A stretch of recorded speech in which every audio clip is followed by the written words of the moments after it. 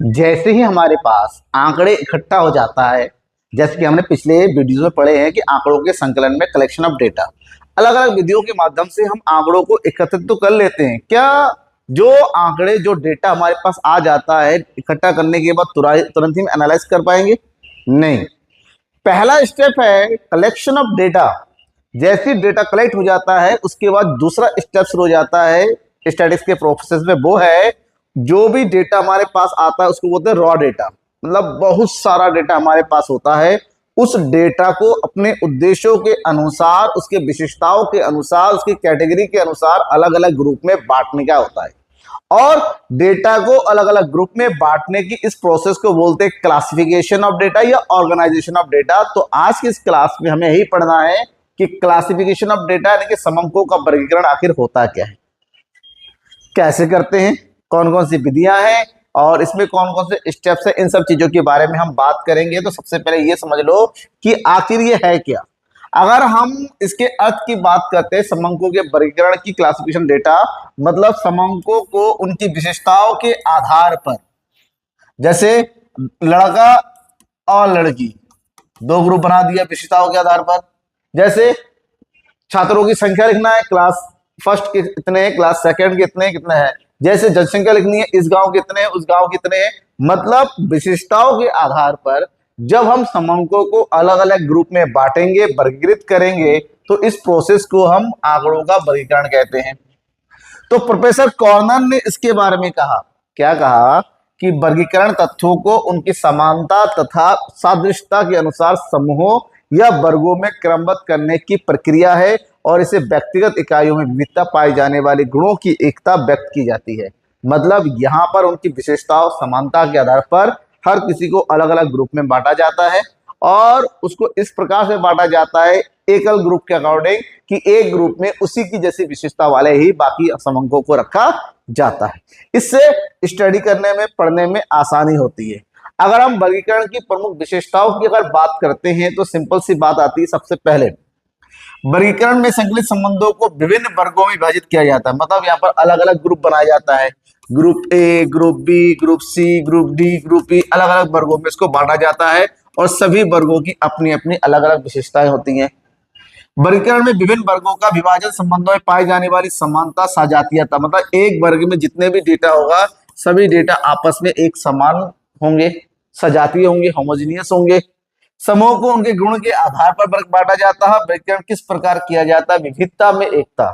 मतलब सारे सब में अलग अलग विशेषता है लेकिन एक ग्रुप में एक जैसी विशेषता होंगी, तो इस आधार पर ताकि हम तुरंत पता चल सके। जैसे कहा क्लास स्कूलों में बच्चों का संख्या लिखा जाता है तो क्लास वाइज लिखा जाता है।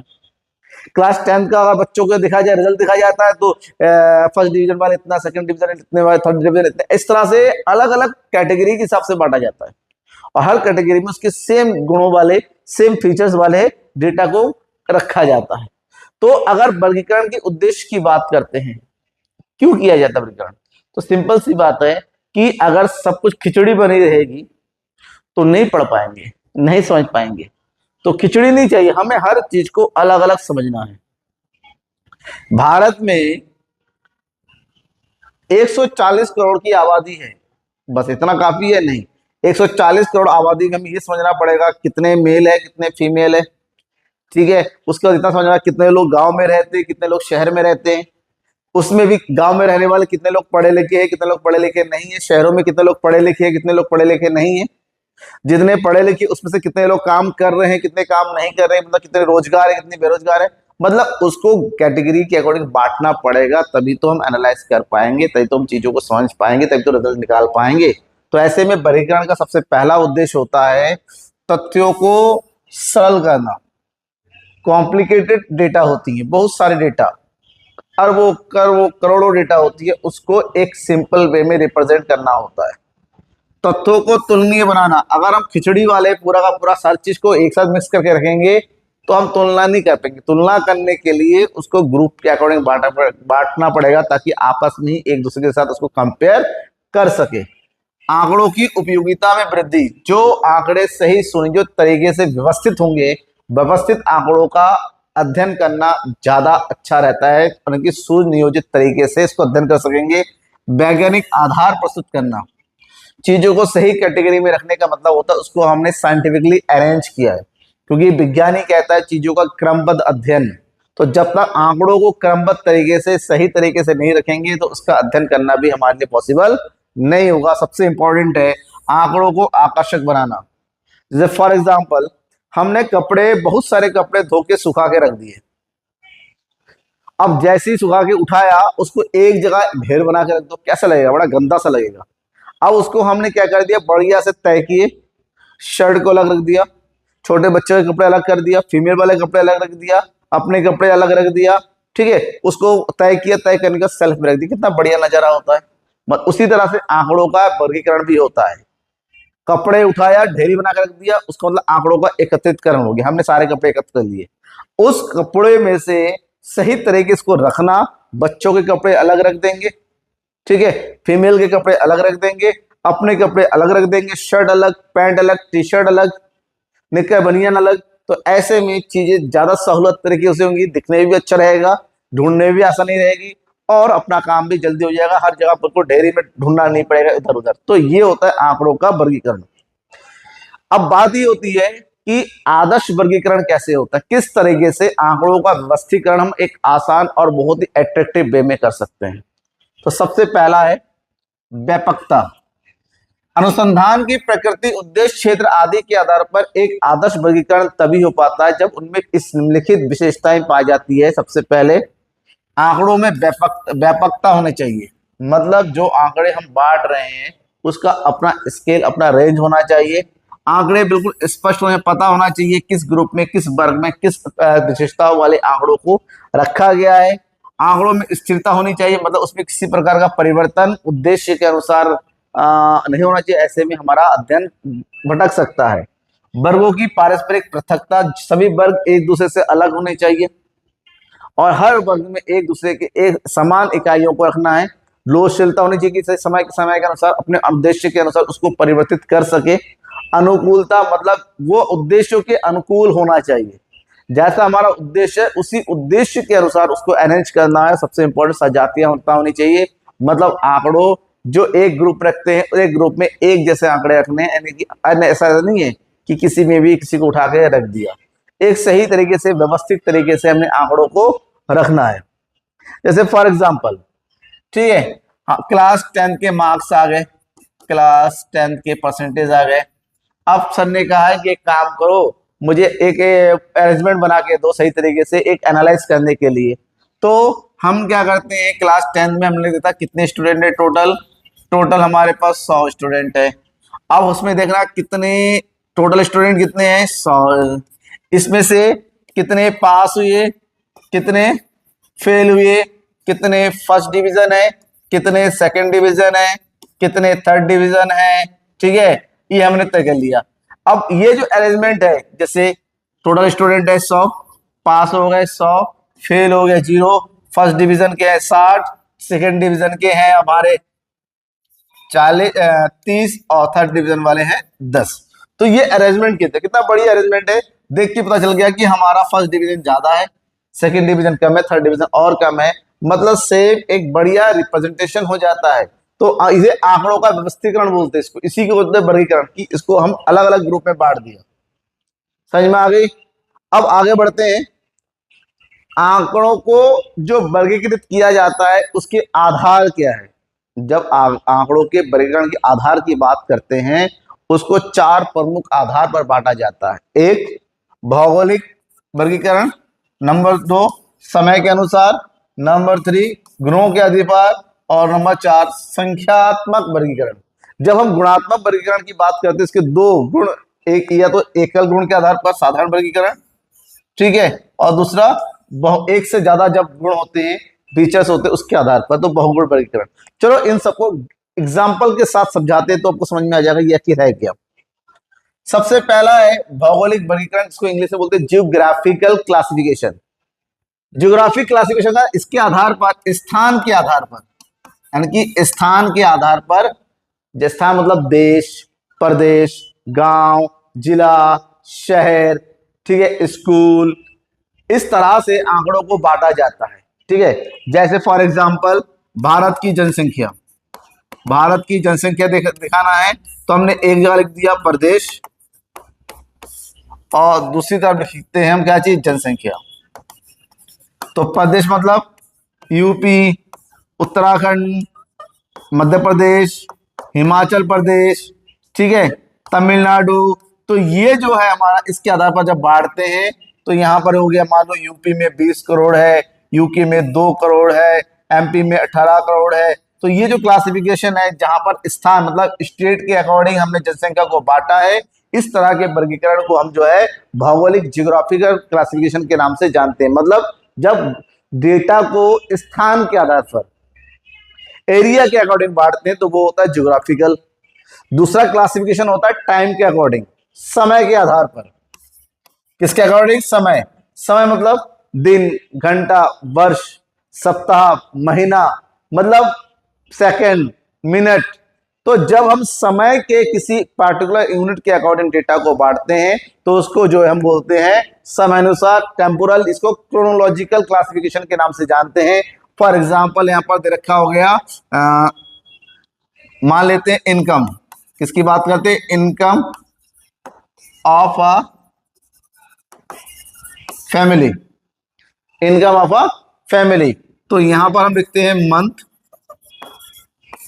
और यहां लिखते हैं इनकम, ठीक है। मंथ मतलब जैसे हो गया जनवरी, फरवरी, मार्च, अप्रैल, मई, और यहां पर हम लिख देंगे इनकम। तो जब हम समय के अनुसार डेटा को अलग अलग कैटेगरी में बांटते हैं तो उसको बोलते हैं समय अनुसार, टेम्पोरल, या फिर क्रोनोलॉजिकल क्लासिफिकेशन। उसके बाद गुणों के आधार पर, दैट इज क्वालिटेटिव क्लासिफिकेशन। जब हम आंकड़ों को स्थान या समय के आधार पर ना बांट के आंकड़ों को उसके गुणों के आधार पर बांटते हैं, जैसे जेंडर हो गया, ठीक है, जेंडर हो गया, या फिर उसके अच्छा बुरा का हो गया, या फिर उसमें धर्म हो गया, व्यवसाय हो गया, इस आधार पर बांटते हैं तो उसको हम गुणों के आधार पर या गुणात्मक क्लासिफिकेशन के नाम से। अब गुण कई प्रकार के हो सकते हैं, तो ऐसे में इसके दो प्रकार होता है, साधारण और बहुगुण। साधारण मतलब जहां पर एकल गुण शामिल, एक गुण, और यहां पर जब एक से अधिक गुणों को शामिल किया जाता है, ठीक है। जब केवल एक ही गुण को दिखाते हैं तो वहां पर एक साधारण वर्गीकरण कहते हैं, सिंपल क्लासिफिकेशन कहते हैं। जिससे यहां पर साधारण, सिंपल क्लासिफिकेशन, जब एक गुण की उपस्थिति या अनुपस्थिति के आधार पर आंकड़ों को बांटा जाता है। जैसे स्कूल में छात्रों की संख्या, छात्रों की संख्या, यहां पर हमने लिख दिया कक्षा, यहां पर लिख देंगे लड़का, यहां पर हो गई लड़की। कक्षा 1 में 20 लड़के हैं और 16 लड़कियां हैं। कक्षा 2 में 30 लड़के हैं और 26 लड़कियां हैं। तो जब हम एक गुण के आधार पर आंकड़ों को बांट रहे हैं, जैसे लिंग के आधार पर, जैसे शिक्षा के आधार पर, जैसे विवाह के आधार पर, तो इस तरह की क्लासिफिकेशन को हम जो है साधारण वर्गीकरण कहते हैं, ठीक है। लेकिन जब एक ही सूची में एक से ज्यादा गुणों को शामिल किया जाता है तो उसको बहुगुण क्लासिफिकेशन कहते हैं। बहुगुण का मतलब मैनीफोल्ड, मैनीफोल्ड क्लासिफिकेशन। यहां पर एक से ज्यादा गुण होते हैं। एक से ज्यादा गुण का मतलब होता है, जैसे फॉर एग्जांपल हमने जनसंख्या का वितरण देख लेंगे। जैसे हमने दिखेगा जनसंख्या का वितरण, ठीक है। जनसंख्या का वितरण कुछ इस तरह से हो गया बांटा। एक तरफ हमने लिख लिया पुरुष और दूसरी तरफ महिला हो गया। ये तो एकल गुण हो गया। अब इसी पुरुष महिला को भी दो वर्गों में बांट दिया। एक तरफ लिखते हैं हम शिक्षित और एक तरफ लिखते हैं अशिक्षित, ठीक है। यहां पर लिख दिया शिक्षित और दूसरी तरफ लिखते हैं हम अशिक्षित। तो ये देखिए दो गुण आ गए। इसको और भी बांट सकते हैं, शिक्षित बेरोजगार, रोजगार बेरोजगार, रोजगार बेरोजगार के आधार। तो इस तरह से जहां पर एक से ज्यादा गुणों को किसी क्लासिफिकेशन में शामिल किया जाता है तो उसको बहुगुण वर्गीकरण कहते हैं। एक और वर्गीकरण है, एक और क्लासिफिकेशन, और ये है संख्यात्मक या वर्गांतर वर्गीकरण। मतलब जब हम आंकड़ों को संख्या के रूप में बांटते हैं, किसमें, संख्या के रूप में बांटते हैं। जैसे इनकम आय के आधार हो गया, कीमत, मजदूरी, प्राप्तांक, इसके आधार पर बांटते हैं, आयु, लंबाई, और ज्यादातर क्लासिफिकेशन इस आधार पर भी होता है, वर्गांतर वर्गीकरण कहते हैं। जैसे फॉर एग्जांपल इनकम के अकॉर्डिंग बांटते हैं, आय के आधार पर, जीरो से 100 रुपए कमाने वाले कितने लोग हैं आय रुपीज में, ठीक है। 100 से 200 रुपए वाला लगाने के बाद 200 से 300 कमाने वाले कितने लोग हैं, 300 से 400 कमाने वाले कितने लोग हैं, 400 से 500 कमाने वाले, यहाँ पर लिखते हैं संख्या, लोगों की संख्या। मान लो 100 कमाने वाले 10 लोग हैं, 100 से ये हमारे 30 लोग हैं, 200 300 कमाने वाले हमारे पास 45 लोग हैं, 400 500 कमाने वाले 25 लोग हैं, 400 से 500 कमाने वाले 15 लोग हैं। तो जब हम किसी नंबर के अकॉर्डिंग, न्यूमेरिकल इंफॉर्मेशन के अकॉर्डिंग जो है डेटा को बांटते हैं, वो हमारा होता है संख्यात्मक वर्गीकरण, या आगे चल के इसको वर्गांतर वर्गीकरण। अब ये जो वर्ग बनाए जाते हैं नंबरों के आधार पर, तो नंबरों के आधार पर ये जो डेटा होता है उसको बोलते हैं हम चर। क्या बोलते हैं? चर। इंग्लिश में बोलते हैं वेरिएबल, ठीक है। जब चरों को बांटा जाता है तो ऐसे में समझना पड़ता है कि चर दो प्रकार के हो सकते हैं, दो वर्गों में बांटते हैं। एक होता है खंडित और एक होता है अखंडित। खंडित और अखंडित। खंडित मतलब इसको बोलते हैं डिस्क्रीट। डिस्क्रीट और अखंडित का मतलब होता है कंटिन्यूअस, ठीक है। खंडित चर मतलब एक ऐसा होता है जहां पर बेसिकली जब हम डेटा को बांटते हैं, एक तरफ हमारे पास हो जाता है वर्ग और एक तरफ हो जाता है संख्या। वर्ग का मतलब जैसे मान लीजिए अंक ले लेते हैं, यहाँ पर 0 नंबर वाले कितने हैं, 5 नंबर वाले कितने हैं, 10 नंबर वाले 15 नंबर लाने वाले 20। तो 0 नंबर वाले हो गए 10, 5 नंबर वाले हो गए 20, 10 नंबर वाले हो गए 15, 15 नंबर वाले हो गए 12, ये हो गए 10। तो इस तरह से जब हमारे पास जो नंबर होते सिंगल नंबर को उसकी संख्याओं के आधार पर बांटा जाता है तो उसको बोलते हैं खंडित चर। लेकिन वहीं पर जब हम अखंडित मतलब नंबरों को वर्गांतर में बांटते, किसमें? वर्गांतर में। जैसे 0 से 10 हो गया, 10 से 20 हो गया, 20 से 30 हो गया, और यहाँ पर लिख देते हैं हम संख्या, तो इसको बोलते हैं हम अखंडित चर।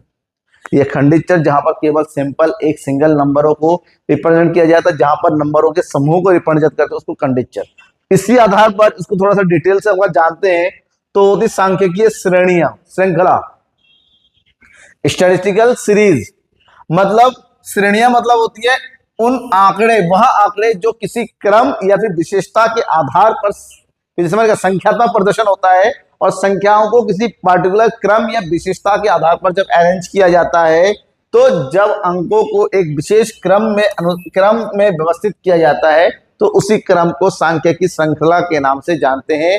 और जब सांख्यिकी श्रृंखला की बात करते हैं तो इसको बेसिकली दो कैटेगरी बांटा जाता है। एक व्यक्तिगत श्रेणी, मतलब यहाँ पर केवल और केवल अंकों को दिखा जाता है, अंकों की बारंबारता या फिर उसकी फ्रीक्वेंसी को रिप्रेजेंट नहीं किया जाता है। लेकिन जब हमारे पास चरों के साथ साथ उसकी फ्रीक्वेंसी भी आ जाती है तो उसको आवर्ती वितरण श्रेणी के नाम से जानते हैं। तो जब व्यक्तिगत श्रेणी होती है उसको बेसिकली 3 प्रकार से रिप्रेजेंट किया जाता है, वर्णमाला के अनुसार लिखा जाते हैं, जैसे ABCD। आरोही क्रम में सबसे पहले छोटा, फिर बड़ा, अवरोही पहले बड़ा फिर छोटा, क्योंकि यहाँ पर केवल अंक दे रखे होते हैं, केवल चर होता है, चरों की संख्याएं नहीं होती है, तो यहाँ पर इसलिए 3 क्रम। आवर्ती वितरण श्रेणी 2 प्रकार का होता है, एक खंडित और एक अखंडित, जैसा कि मैंने अभी बताया। चलो एग्जाम्पल के साथ समझते हैं तो बेटर समझ में आ जाएगा आपको। व्यक्तिगत श्रेणी, व्यक्तिगत श्रेणी वह श्रेणी होती है जहां पर केवल और केवल हमारे पास पद दे रखे होते हैं, यानी कि मद दे रखे होते हैं, चर दे रखे होती है, यहाँ पर चरों की संख्याएं नहीं होती है। जैसे फॉर एग्जाम्पल कक्षा 10 में विनय के प्राप्तांक, हिंदी में मिला है 20 नंबर, इंग्लिश में मिला है 25 नंबर, ठीक है, साइंस में मिला है 30 नंबर, SST मिला है 20 नंबर और मैथ्स में मिला है 22 नंबर। तो ये जो मार्क्स है आउट ऑफ 30, क्या है? आउट ऑफ 30 जो मार्क्स है, तो हमने केवल और केवल एक सिंगल मार्क्स दे रखा है। कितने बच्चे हैं ऐसा नहीं, केवल एक बच्चों को दे रखा। तो इस तरह के जो नंबरों को रिप्रेजेंट किया जाता है उसको बोलते हैं हम व्यक्तिगत श्रेणी। अब इसको अरेंज करने का तरीका है, सबसे पहले वर्णमाला अल्फाबेट, जैसे कि वर्णमाला हिंदी, इंग्लिश, SST, साइंस, तो यहाँ पर सबसे पहले क्या जाता है? ई। क्या जाता है? ई। सबसे पहले हमने क्या लिख दिया? इंग्लिश के नंबर लिख दिया। कितने इंग्लिश के नंबर? 25। HIJ, तो उसके बाद क्या आ जाता है? हिंदी आ जाता है। हिंदी में कितने नंबर है? 20 नंबर आ जाता है। फिर क्या आ जाता है? M, मैथ्स, तो मैथ्स में कितने नंबर है यहाँ पर? 22 नंबर हो गए। फिर कौन से हो गए? साइंस। फिर हो गया SST, साइंस में हो गया हमारे पास 30 नंबर, SST में हो गया 20 नंबर। तो ये जो अरेंजमेंट है इसको बोलते हैं वर्णमाला के अनुसार। इसी को जब आरोही क्रम में, मतलब सबसे पहले सबसे बड़े को, जैसे 30 नंबर आया साइंस में, फिर आया हमारे पास कौन सा? इंग्लिश में 25 नंबर, फिर कौन सा आया? SST, सॉरी मैथ्स, ठीक है 22 नंबर, फिर हो गया हमारे पास हिंदी, फिर हो गया हमारे पास SST 20-20 नंबर। इसी को उल्टा कर देंगे तो अवरोही क्रम हो जाएगा। मतलब डेटा को, क्योंकि हमारे पास केवल और केवल पद हो रखे होते हैं, तो इसको अरेंज करना सबसे सिंपल होता है। आप अपने अकॉर्डिंग, अपनी मर्जी के अकॉर्डिंग इसको अरेंज कर सकते हो किसी भी 3 फॉर्म में। अब अगर हम आवर्ती श्रेणी की बात करते हैं, मतलब ये ऐसी श्रेणी होती है जहां पर हमारे पास चरों के साथ साथ चरों की संख्या भी रखी होती है, और चरों की संख्या मतलब बारंबारता, ठीक है, मतलब फ्रीक्वेंसी भी दे रखी होती है। तो आवर्ती श्रेणी की 2 कैटेगरी होती है, एक खंडित जहां पर केवल पद दे रखी होती है और पदों के साथ साथ उसकी आवर्ती दे रखी होती है, और अखंडित का मतलब होता है जहां पर हमारे पास पद नहीं, पूरा वर्गांता दे रखा होता है और साथ ही साथ उसकी आवर्ती दे रखी होती है। इन दोनों को समझ लेते हैं। तो जब हम खंडित श्रेणी की बात करते हैं, खंडित श्रेणी का मतलब होता है जब हम जो है चर मूल्य, जैसे यहाँ पर साइज हो गया, यहाँ पर चर दिखाएंगे, यहाँ पर चरों की संख्या यानी कि आवृत्ति को रिप्रेजेंट करेंगे। तो ये जो चर होता है एक बार में एकल होता है, एक संख्या की कितनी आवृत्तियां हैं, जैसे हमारे पास ये डेटा दे रखा है उसको रिप्रेजेंट करने के लिए कहा गया है। तो यहाँ पर सबसे पहले कितने चर है वो देखो, तो हमारे पास है 20 है, 18 है, 21 है, 19 है, 17 है, ठीक है, फिर कौन सा है? 22 है, और कौन सा है? ठीक है, इतना ही है। अब 22 हो गया, हमारे पास 21 भी है, हाँ ठीक है। तो सबसे छोटा पहले लिख दो, कितना हो गया यहाँ पर? 17 हो गया, 18 हो गया, 19 हो गया, 20 हो गया, 21 हो गया, 22 हो गया, इतने ही चर है। अब ये चर कितनी बार आए वो देख लो। सबसे पहले कौन है? 17, 17 हो गया, 1 2 3 4, 1 2 3 4, ये टेली नंबर होता है, यहाँ पर लिख दें 4। फिर कौन है? 18, कितनी बार आया देखो, 18 आ गया, 1 2 3 4 5 6 7, 7 बार आया। तो 1 2 3 4, 5वें में ग्रुप बना दिया जाता है, 6 7, तो ये हो गया 7, ठीक है। फिर हमारे पास कौन सा आ गया? 19, 19 कितनी बार आ गया देखो, 1 2 3 4 5 6 7 8 9, 9 10 11 12 13, 13 कितना हो गया? 13, यानी कि 5 5 का एक ग्रुप होता है, और ये हो गया 3, 13। फिर कौन सा हो गया? 20, 20 के लिए 20 हो गया, 1 2 3 4 5 6 7 8 9 10, ये हो गया 10, यहाँ हो गया 10 लिख देंगे, और 2 ग्रुप बचा, 1 2 3 4, 1 2 3 4। फिर हो गया 21, देखिए कितना हो गया, 1 2 3 4 5, 1 2 3 4 5, इधर हो गया 5, और लास्ट में कौन हो गया? 22, गिन लो 22 कितने भाई, ये हो गया हमारे पास 1 1, तो यहाँ पर लिख देंगे 1, ठीक है। तो ये देखो साइज केवल सिंगल आइटम हो गया, सिंगल दिया। अब इस आइटम को फ्रीक्वेंसी में रिप्रेजेंट किया तो इसको बोलते हैं हम खंडित श्रेणी। लेकिन जब हमारे पास डेटा बहुत ज्यादा होता है, जैसे यहाँ पर 17 से 20, लेकिन 17 से 100 तक लिखे होते हैं, तो क्या 17 से 100 तक लिखते? नहीं, तो 17 से 100 तक ऐसे जब संख्या बहुत ज्यादा हो जाती है तब उसको ग्रुप में बांट दिया जाता है। कैसे बांट दिया जाता है? ग्रुप में, और उस ग्रुप को बोलते हैं वर्गांतरण। क्या बोलते हैं? वर्गांतरण, और इंग्लिश में बोलते हैं क्लास इंटरवल, क्लास इंटरवल। जैसे हमारे पास 0 से लेके 10 हो गया, 10 से लेके 20 हो गया, 20 से लेके 30 हो गया, 30 से लेके 40 हो गया, 40 से लेके 50 हो गया। और यहाँ पर इसकी क्या लिखेंगे हम, आवृत्ति, कितनी आवृत्ति है, जैसे नंबर होते हैं, जैसे अगर नंबर को रिप्रेजेंट किया जाता है 0 से 10 नंबर वाले इतने बच्चे, 10 से 20, 20 से 30, इस तरह से नंबर, तो यहाँ पर आवर्ती लिख देंगे। फ्रीक्वेंसीज को बोलते हैं, जैसे ये हो गया 5, 4, 6, 7, 8। तो ये जो रिप्रेजेंटेशन होता है जहां पर ग्रुप बना के दिया जाता है, इसको बोलते हैं सतत या अखंडित, इंग्लिश में बोलते हैं कंटिन्यूअस सीरीज। क्या बोलते हैं, कंटिन्यूअस सीरीज, ठीक है। तो इसी वे में हम वर्गीकरण करते हैं। और ये बहुत ज्यादा जरूरी होता है, क्योंकि जब हमारे पास बहुत सारा रॉ डेटा होता है उसको ऐसे रख देना सही नहीं है, क्योंकि आगे एनालाइज करना है तो उसको ग्रुप में बांटना ही पड़ता है। अब ग्रुप किस प्रकार से बांटे जाएंगे, ये उद्देश्य पर निर्भर करता है। उद्देश्य निर्भर हो जाता है, उसके बाद हम चरों को फिर श्रेणियां देते हैं। अब श्रेणी कौन सी है, वो नंबर ऑफ डेटा कितना बड़ा है, छोटा सा है तो व्यक्तिगत श्रेणी दे देंगे, थोड़ा बड़ा है तो जो है खंडित दे देंगे, और उससे थोड़ा छोटा बहुत ज्यादा बड़ा है तो अखंडित श्रेणी आ जाता है, कंटिन्यूअस सीरीज आ जाता है, ठीक है। तो कैसा लगा आपको ये वीडियो, मेरे ख्याल समझ में आ गया होगा। समझ में आ जाता है तो ईमानदारी से लाइक करके शेयर कर दो, कोई डाउट होता है तो कमेंट बॉक्स में कमेंट करके बताओ। Thank you.